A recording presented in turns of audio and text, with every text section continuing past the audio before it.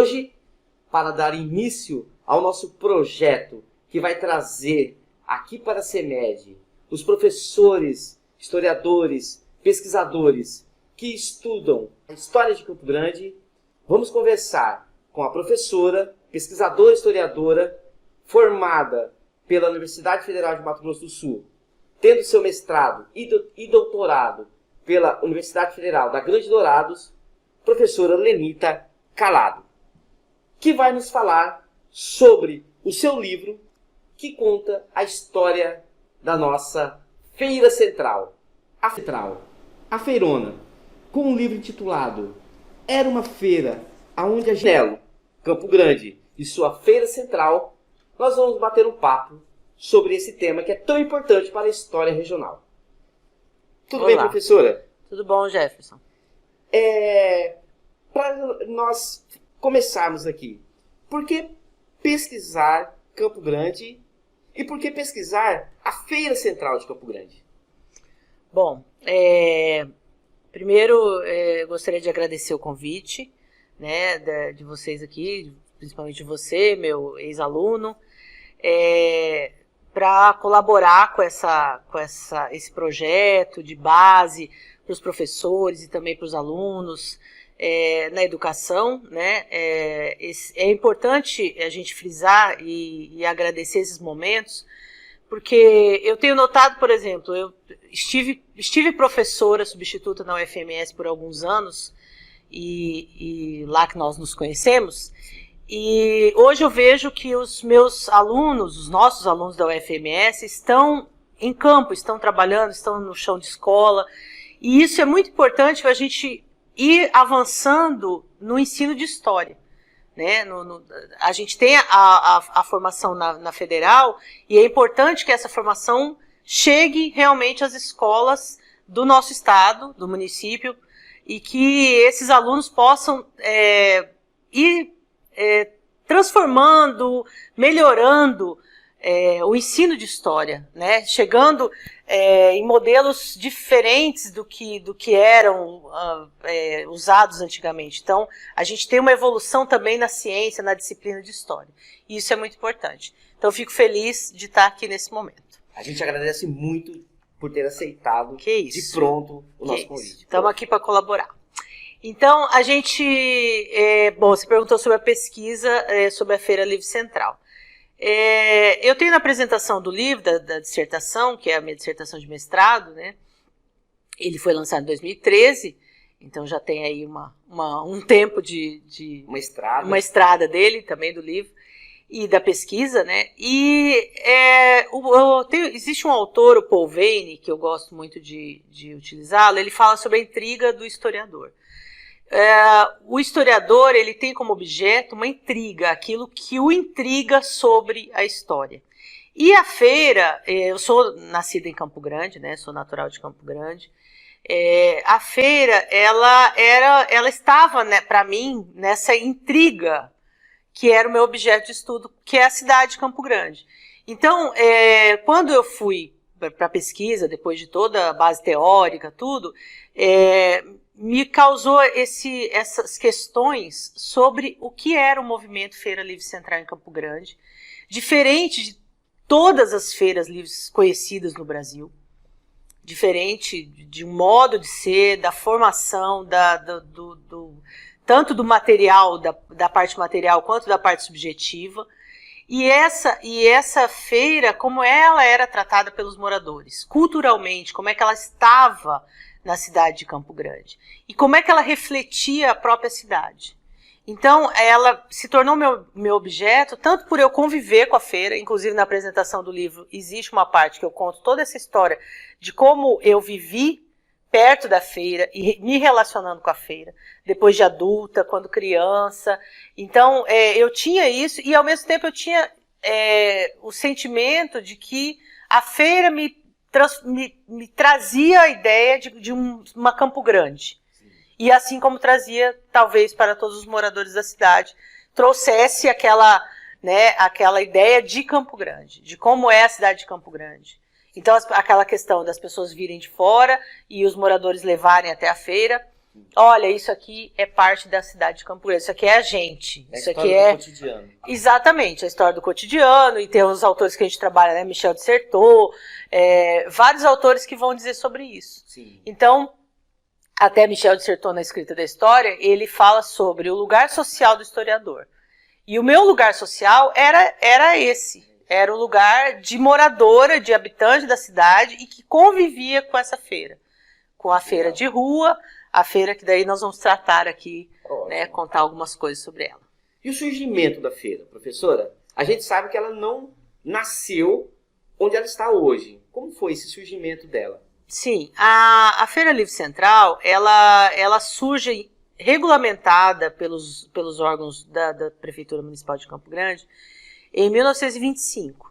Então, as primeiras ideias, vamos dizer assim, que surgem de organização de uma feira é registrado como 1925, inclusive em foto, em registro de jornais da época, de publicações, né? Não havia um jornal em si, mas assim, publicações da prefeitura sobre regulamentos, tá? Em 1925. Ela esteve ali onde podemos dizer assim é o estacionamento do Mercadão, do mercado, né? Do mercado municipal, e esteve lá por algum tempo. Em 58 vai começar a construção do Mercadão, e aí há uma questão de deslocamento da feira. E ela também, voltando um pouquinho, você falou do surgimento, a feira surge na questão da imigração e da chegada dos trilhos em Campo Grande. Então, em 1914 já começa um movimento de chegada, né, de imigrantes, Então, no pós-guerra, aí, e com essa questão da imigração, de 14 a 25, forma-se o Cinturão Verde na cidade, com essa questão da pequena plantação de hortifruti, a questão das hortas, né? Essa coisa do alimento mesmo, mais próximo para ser vendido, o excesso de produção dessas pequenas chácaras e tudo. Isso em Terrenos, professora? Não, aqui na região de Campo Grande, né? Já no município de Campo Grande, só que em volta do núcleo urbano. Então, o que acontece? Que até, vamos dizer assim, a região do Cabreúva ali era Cinturão Verde, na verdade. Porque a gente está falando de uma Campo Grande que era 26 de agosto, né? O centrinho ali, a Praça Ari Coelho, né? Só essa questão. Então, assim, né? Então, o cinturão não é bem longe da onde a gente está agora. Ali tinha várias chácaras, né? Que hoje são residenciais, loteamentos e tal, que produziam, que existia essa produção. Então, o que acontece? Existia uma pessoa em Campo Grande, o senhor Valente, ele doou o lote ali, vamos dizer, a área do Mercadão para ser construído o Mercadão. Ele doou porque ele acompanhou a feira. Existem relatos que ele acompanhava assim, ele pensava, nossa, o pessoal vem de fora com carroças para vender, muito barro, muita coisa assim, e aí, vamos criar um Mercadão, foi conversado isso, e em 58 começa, vamos fazer o Mercadão.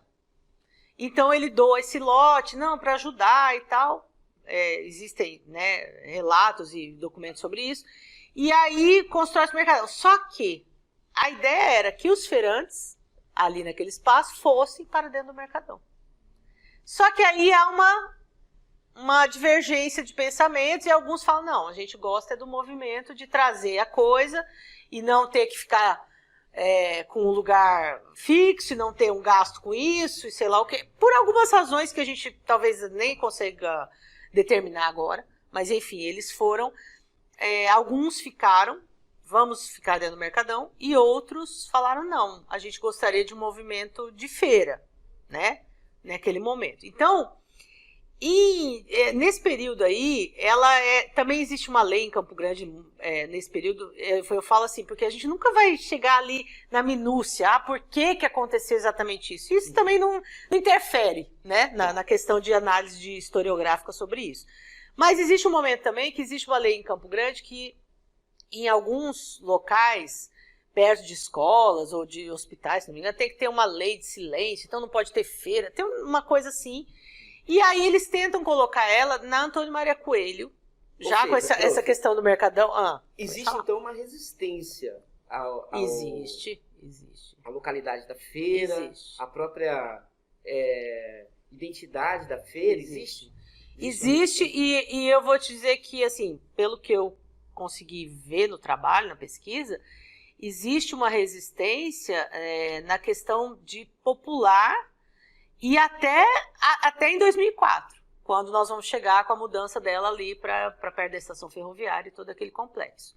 Então, existe uma resistência por conta das pessoas acharem que o modo de trabalhar livremente era mais, mesmo elas pagando, tendo alvará, aquela coisa das bancas, né? Porque eu pensava assim, a feira chega lá... Não é. Existia uma organização, existe toda uma coisa da prefeitura sobre isso. Mas a questão de poder estar ou não estar, poder ir lá para funcionar a barraca quando que eles quisessem, montar como eles queriam. Então, isso era uma coisa, acho que era assim, eles gostavam desse jeito. Então, existe uma resistência no momento. E aí, ela vai para Antônio Maria Coelho por um tempo, até que se determina a Abrão Júlio Rai, e aí a gente vai chegar já em 64. Enquanto isso, constrói-se o Mercadão, alguns vão para o Mercadão, outros continuam nesse movimento da feira pela cidade, né? Assim, tipo. Eu penso aqui, sem a feira, quais são as outras possibilidades do cidadão de Campo Grande fazer a sua compra daquilo que se vende na feira, o hortifruti, o armarinho? Não, então... Você diz nesse período. Nesse período, no início do século XX ali, 1930, 40. Então, a diferença do surgimento da feira, justamente aí vem com os produtos alimentícios. Por quê? Porque você tem a parte de mercados, de armazéns, como se dizia, que é a parte seca, né, dos alimentos ensacados, secos e tal. Depois a feira até teve isso. Um pouco de alimento a granel e tal, mas assim, o grande negócio era a questão de hortifruti, coisa fresca, né? Que era uma percepção que tinha que ser do produtor para o comprador ali, o consumidor. Porque não é uma questão que dá para o cara guardar e vem de São Paulo alguma coisa, ou não sei da onde e tal. Então, essa é a formação sazonal, vamos dizer assim, né, da feira semanal. E aí ela a princípio é sábado, depois ela começa a quarta e sábado. Então, tem essa questão de consumir os alimentos. Por isso o Cinturão Verde, essa questão da imigração, dos japoneses depois, com a cultura mesmo ali manual, da horta e desses produtos mais frescos, se torna tão importante para o desenvolvimento da cidade em si. Então, a feira alimenta a cidade de produtos frescos, né? Inclusive que tinha regulamentação de 1905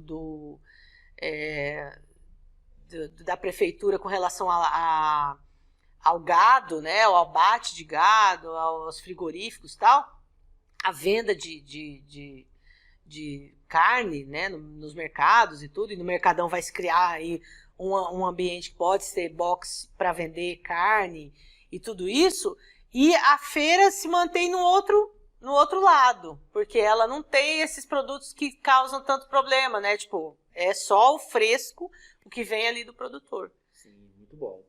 Sobre a cultura, o que a gente consegue, professora, analisar sobre qual é o processo cultural da inserção da feira na sociedade de Campo Grande?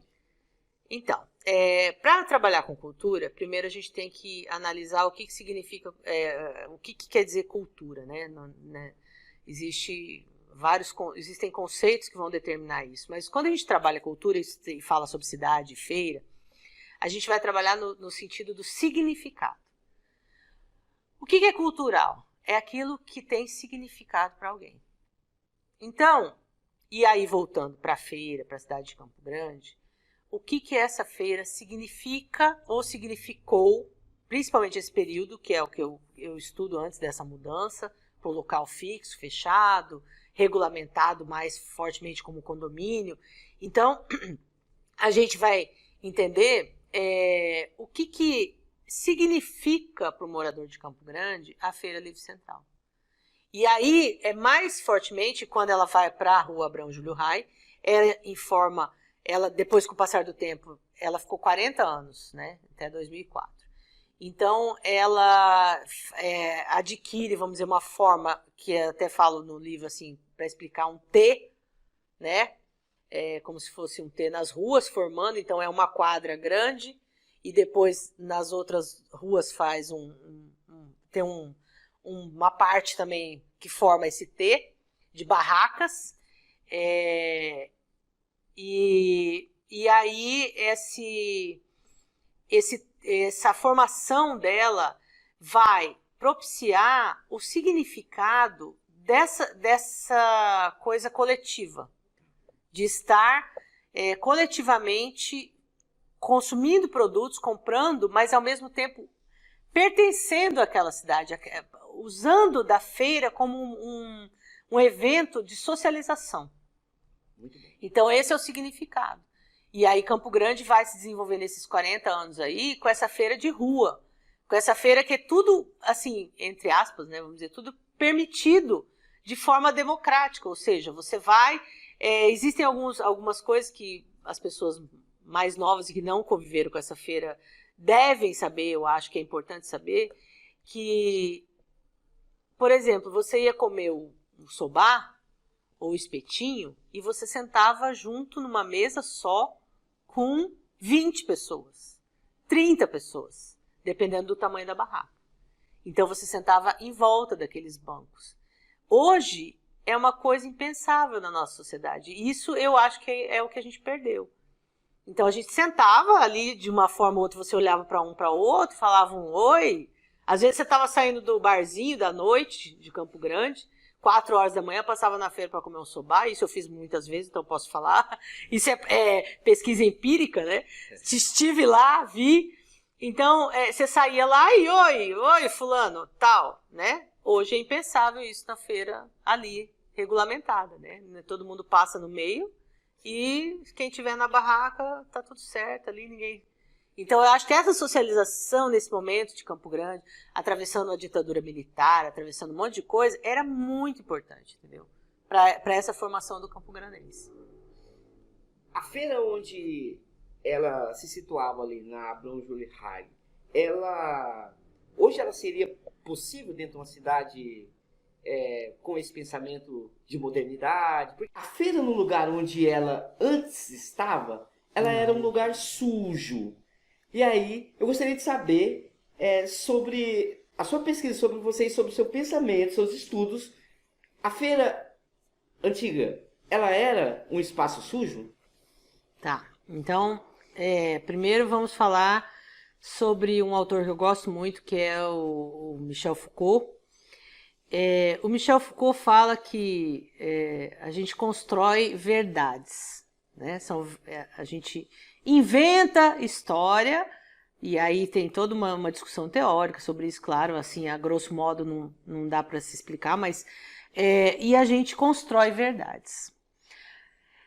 Falando um pouco sobre a mudança da feira, esse imaginário de sujeira, né, imaginário do passado, a feira da rua, ela é suja, ela não tem banheiro, ela não sei o quê, isso é uma construção de verdade para que se legitime ou para que se reforce a necessidade dessa mudança drástica, que foi uma mudança muito drástica, para esse evento na cidade. Então, eu te diria assim, a gente não está aqui para julgar, historiador não deve ser juiz de nada, mas, em nenhum momento. Mas, eu diria para você, vamos dizer, a água que muita gente fala até hoje, corria uma água, e isso se transforma em corria esgoto na feira, é uma coisa muito pesada. Porque o que acontecia era assim, as barracas se formavam ali na quarta-feira ou no sábado, né? Sábado um pouco mais cedo, tipo de meio-dia para frente ou antes até já tinha uma formação das barracas. Eles vinham, montavam, né, caminhonetes, paravam ali, descia todos aqueles ferros da barraca, lona, tudo. E na quarta-feira, um pouco mais tarde, a partir das 3, 4 horas da tarde, também já começava essa, né? Porque daí a rua ali já ia parar o movimento. Então, e o que acontecia é que eles tinham que vender os produtos, eles traziam tudo por exemplo, as barracas de comida, de sobá, de espetinho, traziam tudo em panelas, aquilo. Existiam alguma coisa de um pequeno encanamento, vamos dizer assim, que uma fonte de água ali, né, uma torneira para cada barraca, mais ou menos, existia um ponto de torneira. E eles faziam aquilo ali funcionar e muitas vezes iam pegando material, colocando para lavar em outros lugares, em casa, né, onde eles podiam. E realmente existia uma água que no meio-fio ali que escorria às vezes de lavar a verdura, de lavar o prato, de lavar alguma coisa assim. Que não era esgoto. Que não era esgoto. Sim. Totalmente diferente de esgoto, a gente sabe disso, né? Não precisamos essa explicação. Então, por exemplo, a questão dos banheiros, né? Muita gente, também não tem banheiro. Então, além da água, da sujeira, não sei o que, não tem banheiro e tal. Existiam banheiros, não sei precisar a quantidade, mas existiam num lote ali à frente, vamos dizer assim. E eu cheguei, eu fui até lá, inclusive conheci essas instalações. Existiam banheiros para atender principalmente os feirantes, que estavam lá o tempo todo na rua, mas também aos visitantes. Então, até cito no livro, os feirantes, quando perguntavam, mas o pessoal pedia sobre o banheiro muito, e eles falam que não.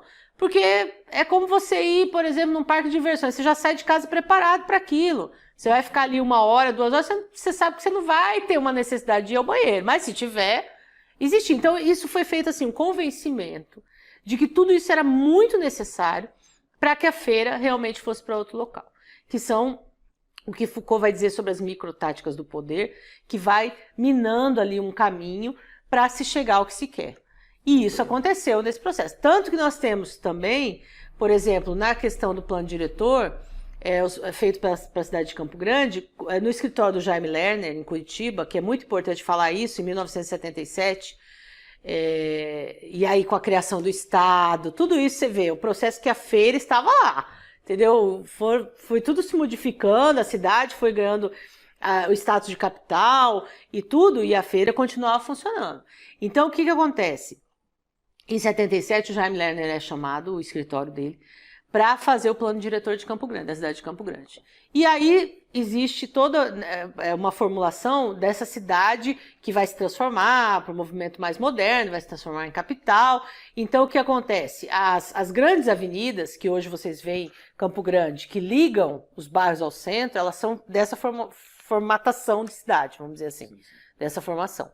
Então, o que as pessoas ficam distantes do centro, e aí nós temos uma discussão sobre deixar o habitante, como diz, as classes menos abastadas, né, para fora do círculo da elite de Campo Grande. Então nós vamos afastando essas regiões de trabalhadores, então nós deixamos, e são os grandes bairros que surgem, citar alguns, Aero-Rancho, Moreninha, alguns grandes bairros que surgem habitacionais por questão de trabalho, então eles afastam a circunstância de chegar hoje, e isso é visto, se vocês prestarem atenção em várias reportagens da mídia de Campo Grande, dizer que a região central é o shopping Campo Grande.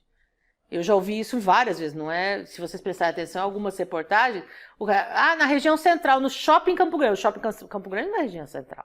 Mas essa região central é o que significa a região de uma elite que pode ter os privilégios de shopping, das ruas mais cuidadas, ou desse sistema que Campo Grande exibe. Sim. E aí é muito importante que a feira entra nesse movimento, como algumas outras coisas, alguns outros eventos da cidade, para transformar mais ainda essa região como uma certa higienização, de tipo, não temos pobres, não temos minorias, somos representação de uma cidade limpa. Aí você vai falar, mas por que isso? Não sei o quê. Isso aconteceu, em geral, no Brasil, e é uma tendência mundial dos anos de 1990. Quando várias cidades do mundo vão abraçar as causas, tanto econômicas quanto de reconhecimento, de política, que são duas coisas que a Alessandra Fanny fala, é uma autora também que fala sobre isso, sobre as cidades se transformarem em cidades-museu ou cidades-mercadoria. As cidades-museu, elas vão ser exploradas na questão do turismo como grandes museus abertos. Então, o que acontece? A patrimonialização, ou seja, isso é patrimônio, vamos preservar porque as pessoas vão vir, porque isso vai dar dinheiro.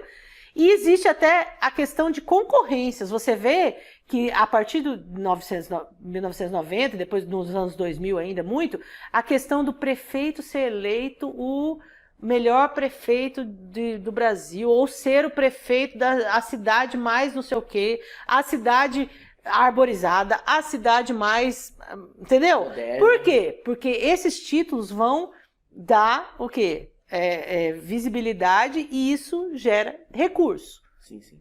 Então, olha, a cidade é a mais, vamos dizer assim, a mais arborizada. Então, olha, dinheiro porque vai ecologia, porque aí vai ter mais visitante, porque vai ter... Então, começa isso. Não estou falando especificamente de Campo Grande, estou dando como exemplo. Então, mas Campo Grande entra nessa onda, né? Tanto que quando vai mudar a feira de lugar, e era uma feira que tinha uma história de 80 e poucos anos, né? De 70 e poucos anos, na verdade, ela... é patrimônio. Não, porque é patrimônio. Aí começa a patrimonialização do Sobá. Não, é patrimônio, é patrimônio. Para que isso? Né? É importante patrimônio? É importante. Patrimônio também faz parte da cultura, faz parte do significado que o morador vai ter dessa cidade. Mas, por que é tão importante eleger os patrimônios? E, ao mesmo tempo, por que é importante mudar a feira e falar assim, é patrimônio, e continuar falando isso, afirmando, daquela feira que deixa de existir para uma feira totalmente nova? Sim. Para não perder essa onda da cidade museu ou da cidade mercadoria. A cidade mercadoria é aquela cidade que se vende. Então você consome a cidade. Então, quando as pessoas vinham para cá, elas consumiam o quê? A Feira Livre Central também. Na questão de consumo mesmo, de absorver, de ir lá, de comprar o artesanato, de comprar não só a comida mais, já comer o sobá ali, de sentar na mesa junto com um monte de gente, achar diferente, de ir numa feira noturna. Sim. Que hoje existe existem, né, as feiras da meia-noite, inclusive em Brasília e tal, a Feira da Lua, a Feira do Sol, tem uma coisa assim, em outros lugares existem feiras noturnas, já, mas Campo Grande nesse ponto era a primeira, eu acho, assim, de existir uma feira, vamos na feira, aí a pessoa ficava esperando, porque em São Paulo, Rio, em grandes centros, as feiras funcionam cedinho, é o contrário, né, quando dá meio-dia já tá fechando. Feira mesmo, para comprar só lá, comer um pastel e tal, mas geralmente, às vezes até à tarde. Mas naquela época, a feira começava 4 horas da tarde. Então, quer dizer, quando a pessoa vinha para cá e falava assim, vamos na feira hoje? Não, mas não é agora? Não, a gente vai comer lá na feira. À noite? À noite. E aquilo, eu presenciei, talvez muitos professores presenciaram isso, né? De você levar algum parente de fora e a pessoa ficar assim, né, estupefata, pasma, de achar aquilo bonito, aquelas luzinhas das barraquinhas, aquelas coisas, porque era muito assim, era muito característico, era muito diferente, assim, tudo que é muito diferente a gente tem a curiosidade, às vezes, e a coisa de gostar, né? Sim. Então, a feira, ela levou com ela. Então, hoje, por exemplo, eu sempre digo para os meus alunos, olha só, você chega na feira, você vai levar um visitante, um parente seu. Aí você chega na feira, na feira central, que ela deixou esse livre quando ela mudou. Então, ela era Feira Livre Central, ela se transforma em Feira Central. Você leva lá na feira e fala assim, então, essa feira aqui, ela tem 90 e poucos anos. 80 e poucos, sei lá. Não vou fazer conta agora que eu sou ruim de matemática. Vamos lá, 1925. Sou de humanas. 97 anos. Isso é bom disso. Então, vamos lá. Tem, né? Sim. Olha aí, tem 90 e poucos anos e essa feira aqui. Aí a pessoa vai olhar e vai falar, não é possível. Não tem Você característica. está mentindo. Isso não existe há 90 e poucos anos. Sinto muito em te dizer. É claro, nós temos tubulação, tem, né? Não arquitetura. Não tem como. Isso não existe. Sinto muito, você está enganado. Essa feira não existe. Entendeu? Então isso, ao mesmo tempo, é muito triste, ao mesmo tempo a gente vê o processo, que isso foi criado, um processo histórico para essa transformação. Então, é nítido isso. Agora, a gente também existe, mas então você queria que a feira... Não, eu não queria nada. Eu só quero mostrar que isso acontece, é um processo que a cidade atravessa, né? Perfeito. Talvez segurar ali também, não. Mas existe aí a outra coisa. Existe por que depois que a feira muda em 2004, vai para o espaço construído, fechado, que não funciona mais até de madrugada, que tem que ter muita segurança, que tem muito banheiro, que como todo mundo queria, não corre a aguinha lá da verdura suja, não tem a palha do milho no chão, não tem as indígenas no meio da feira, não tem, né? Sim. E aí, vamos dizer assim, a gente entra com o processo do conceito da modernidade. Então, agora é moderno. Tudo bem. Mas, o que se perdeu nesse processo do convívio, da formação do campograndense, pode estar aí. E outra coisa que depois da mudança é importante a gente notar, o crescimento das feiras dos bairros. O boom, como se diz, das feiras dos bairros. O grande crescimento.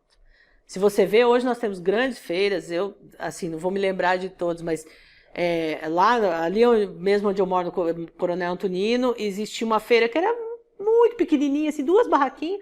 Hoje é uma feira que reúne muita gente. Entendeu? Então o processo foi assim, porque o pessoal, e muitas barracas deixaram de existir na feira central, muitos feirantes desistiram. Muitos. Muitos outros que eram criados nesse sistema, por exemplo, os pais eram feirantes e tal, foram migrando para essas feiras de bairro. Foram se alternando, né? E aí, em 90 nós temos também o crescimento de sacolões, de coisas assim, então a feira também foi se transformando. A transformação Na mercadoria, diferente. Então, mas você vê que o movimento Feira Livre em Campo Grande é forte. Nós temos as feiras de bairro funcionando quando? À noite. Entendeu? Elas podiam funcionar só de dia, elas funcionam à noite. Por quê? Porque são filhotes, vamos dizer assim, da Feira Livre Central. Muito interessante. As feiras de característica noturna, elas são, portanto, nos seus estudos, elas recebem mais visitantes do que as diurnas? Olha, provavelmente sim, porque é uma questão social da diversão, né, do lazer. Porque as feiras diurnas, eu estive em feiras, eu visitei algumas feiras em São Paulo, diurnas, essas que a gente está falando, e algumas feiras em Porto Alegre, teve um tempo que eu morei lá. Então, as feiras diurnas, geralmente, elas são voltadas justamente só para a parte de alimentação, de hortifrutis, né, de hortifruti ali, aquela coisa da verdura, do legume e das frutas. Sim, sim. E as feiras noturnas, elas têm um denotativo de lazer, que é a hora que, né, as pessoas que estão trabalhando podem estar nessas feiras. Então, elas vão mais para o convívio, elas vão para o evento mais social. Então, a gente vai falar um pouco sobre a mudança, né, desse local da feira, que é importante a gente ressaltar, principalmente para quem não teve contato com essa feira lá da rua, né, que estava desde 1964 até 2004 na Feira Livre Central. É importante notar como os processos vão se agrupando, então há um processo de convencimento, de uma melhoria, a ideia de modernidade, e aí as instituições, vamos dizer assim, começam a pensar numa modernização desse espaço, que a modernidade é uma ideia. A modernidade é uma ideia que vem né, a muito longo prazo. Então, ela vem ao longo do tempo transformando as sociedades em geral, tal, lá, né, quando surgem as ideias de modernidade no mundo. Mas a modernização é o sistema, é a prática do que se faz. Então, quando há uma ideia de modernidade na cidade, do que é novo, do que... E aí a gente poderia dizer assim, que, comparando conceitualmente, a feira de rua, ela era bem mais pós-moderna do que a feira que a gente tem hoje. A feira que a gente tem hoje é uma feira que a gente tem moderna. Então, que é o quê? Dentro do quadradinho, dentro do construído, dentro do determinado, dentro do legislado e dentro de uma organização. E ali muitos falam, a gente está no condomínio, não é mais barraca de comida, mas é meu restaurante. Então, tudo isso muda a forma de enxergar esse processo e vai transformando isso numa questão dessa modernização. Então, a mudança da feira vem a partir desses processos de convencimento da população e dos feirantes e das pessoas que eram importantes nesse movimento, para que aquilo era uma coisa que tinha que ficar no passado, justamente porque ou era suja, como você falou antes, né, a gente comentou aqui, ou era suja, ou porque não tinha banheiro, ou porque estava desorganizado, ou porque as pessoas estavam ali muito misturadas.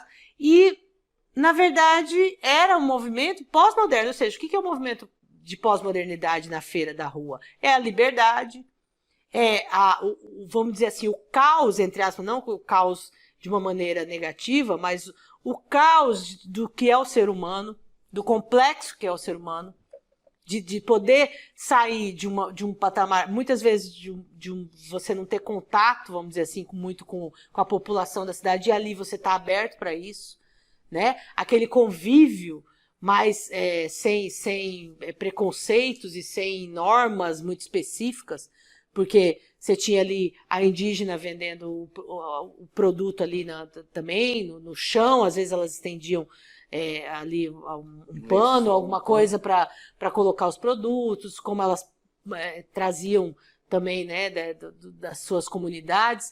E outros produtos, e o queijo feito também nas fazendas ou nos sítios perto, tudo era muito assim artesanal. E também existiam produtos industrializados, também existiam. Então, assim, era uma vamos dizer assim, um evento, um equipamento na cidade que reunia muitas características, que é difícil de se criar isso, de se inventar. Não, vamos fazer assim que vai ter a mesma coisa. Aquilo era o sentido da liberdade, tanto do consumo, quanto da socialização das pessoas, e a questão do comércio também, do produtor, do que eu estou precisando, vou fazer um artesanato, vou conseguir lá colocar na feira, numa barraca, às vezes de um amigo, ou às vezes vou lá fazer um alvarazinho, pedir para ser, né, para participar das feiras.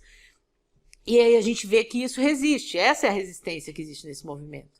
A resistência é o quê? Ir para o bairro, continuar criando a feira noturna, como a gente disse aqui também, a questão de ser tão característica a feira noturna em Campo Grande, de socialização, de lazer, e não só aquela feira que é só para comprar a verdura do dia a dia, mas, entendeu? Fazer tudo junto e misturado, vamos dizer assim. Sim. Então, essas coisas eu acho que nenhuma patrimonialização, ou seja, dizer que a feira hoje tem 90 e poucos anos, para quem vem de fora, isso não cria aquela rede de socialização que a gente tinha. O pertencimento. O pertencimento pela cidade. Sim. Então, você sente... E aí a gente vê, assim, só para, como diz, colocar nos dias atuais, esses dias eu vi uma coisa na internet, rede social e tal, uma pessoa postou assim, de Campo Grande, o que mais você tem saudade?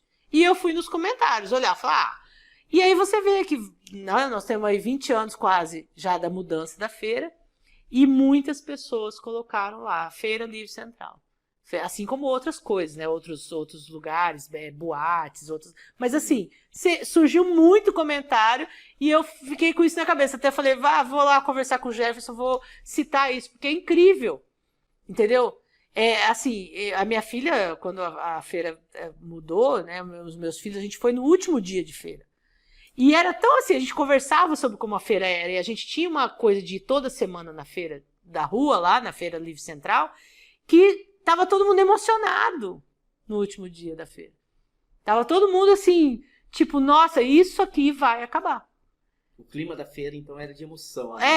Tanto que essa frase que dá nome ao meu livro, era uma feira onde a gente ia de chinelo, ela foi muito importante, porque isso foi uma moradora que convivia, comparando as duas feiras, sim. Ela disse isso. Aquela era uma feira onde a gente ia de chinelo. E aí você tem toda uma criação. O que é ir de chinelo? Sim. Qual que é a popularização que existe nesse movimento? Eu posso ir de chinelo em qualquer lugar, né? Então, era uma feira que trazia a simplicidade. E aí você pergunta, e agora?